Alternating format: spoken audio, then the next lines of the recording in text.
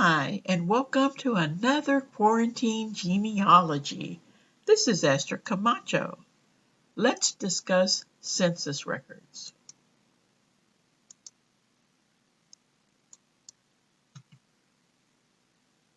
First, we're going to have an overview of census records, go over Heritage Quest Online, and the importance of creating a timeline.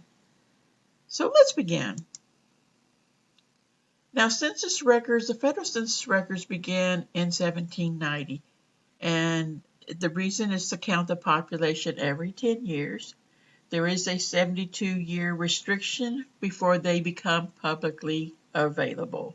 So our 1950 census will not be available until the year 2022 and 2 more years.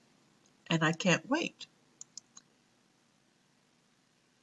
Now, there is always a census day. So from 1790 to 1820, it was always the first Monday in August.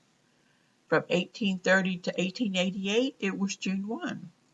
1890, there are census records still existing from 1890. Not very many, but there are few that survived the fire. Their census day was June 2nd. 1900, it was June 1.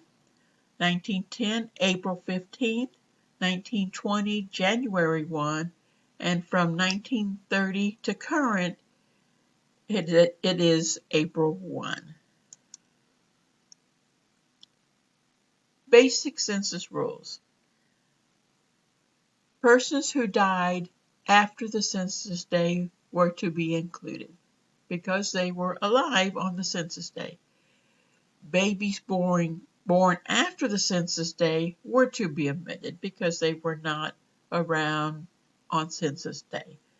But just note, these rules were not always followed.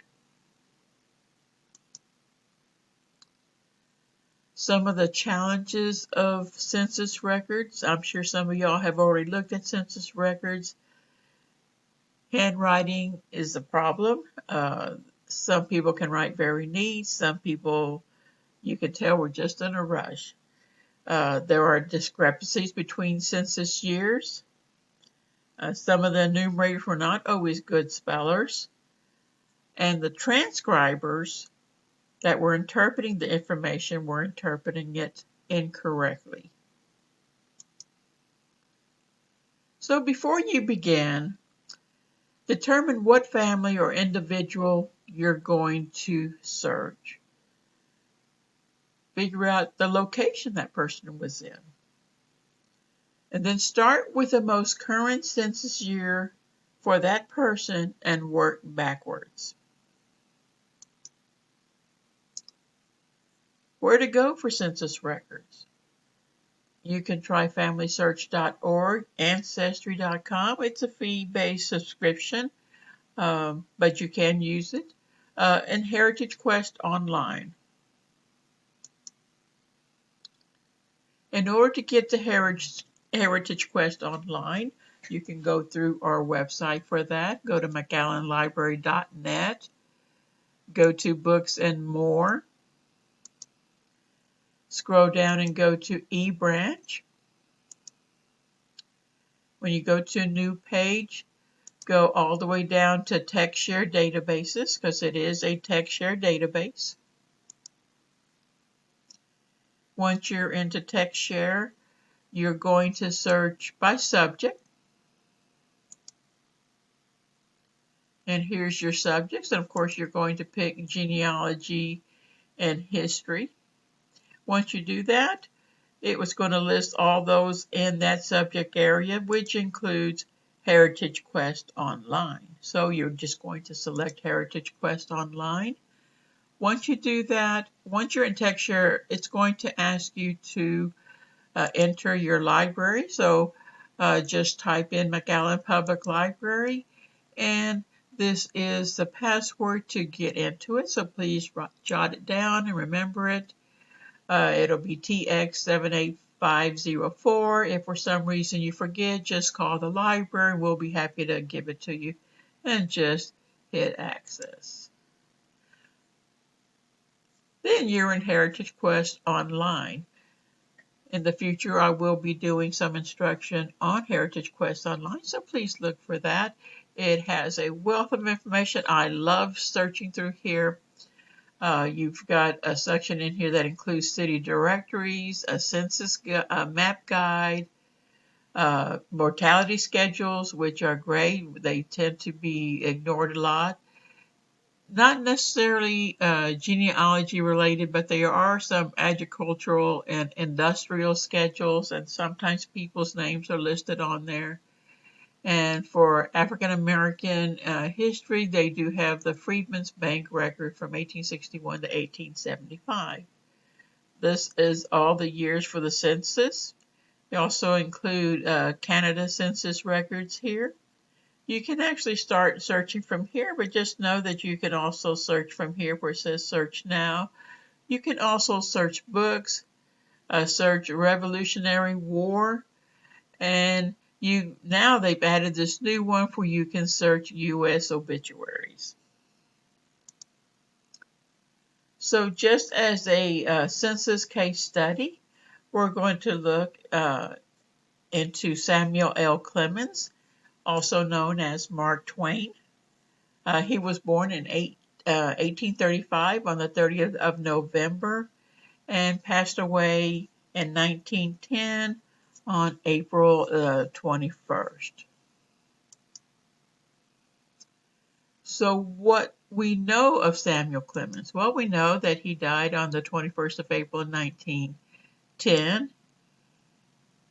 His census day at that time was April 1, so hopefully we will see him there since he died after the census day. He was born the 30th of November 1835, and at that time census day was June 1.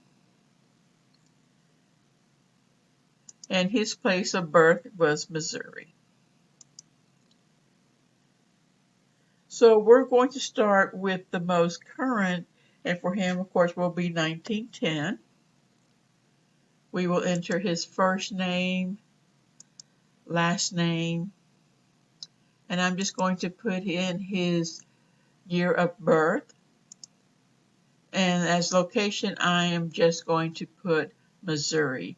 If I knew his father's name and mother's name, I can actually enter it here as well.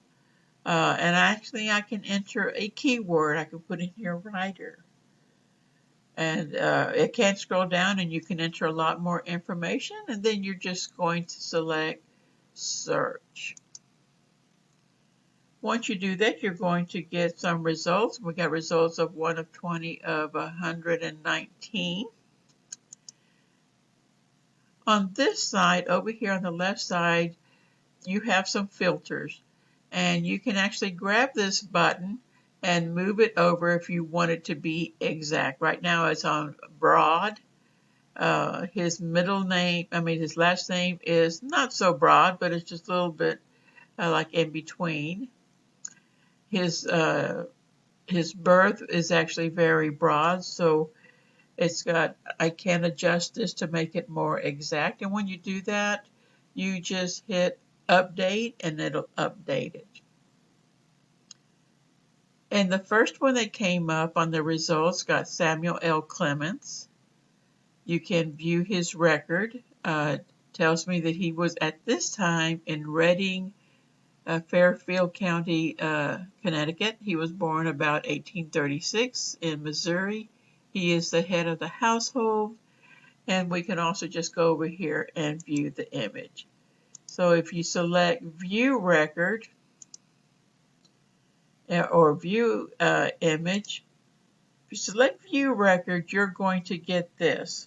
It's already just taken out for you, and each line is entered here. You can also view the record here as well. One thing I found very interesting, he was widowed. His wife had already passed away. Does give his father's birthplace as well as his mother's. But it lists his occupation as waiter and the industry as hardware street, which I found very odd.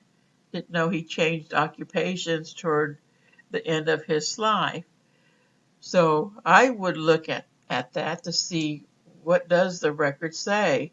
So this is the census record for 1910 for Samuel Clemens. He is right in here, and I apologize, it is hard to see. It is also not very good handwriting, so I can understand that maybe the transcriber made some mistakes.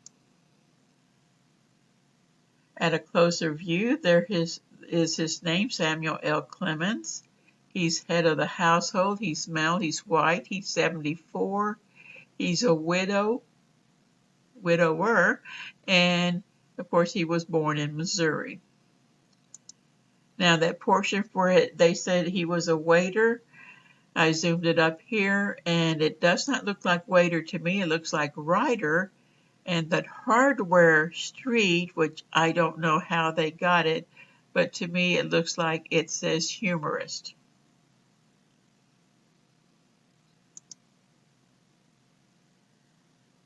So just a quick census timeline for Mr. Clemens.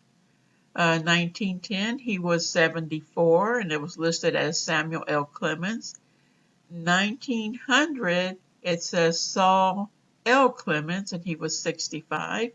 So the ages are pretty consistent, not too off. In 1880, it's got Samuel with two L's, Clemens, and he was 44, which is very close. 1850, Samuel L. Clemens, he was 14 years old. So right there we have a brief timeline of his life starting at the age of 14. Now just a word of advice. Use the census record as a guide. Don't use it as fact, because you saw the difference on Samuel Clemens' ages. So just make sure you use it as a guide. It was pretty consistent. You will find records where they're really off. So you'll just have to play with it to narrow it down to the correct date of birth. Let the data be your clue to discovering other information. Again, if you have any questions, be sure to ask and visit my MPL subject guide for more information. Again, you'll have to go to McAllenLibrary.net, go down to subject guides, and go all the way down to genealogy, and go into the page for more information. I hope this has helped you. Again, later on, we will go into Heritage Quest in more detail. I find it to be fantastic, and I'm hoping to convince y'all to try it as well. So, next time on Quarantine Genealogy, let's look at those vital records. So, thank you for visiting. Like us on Facebook, and if you have any comments, please leave them down below. See you next time. Bye.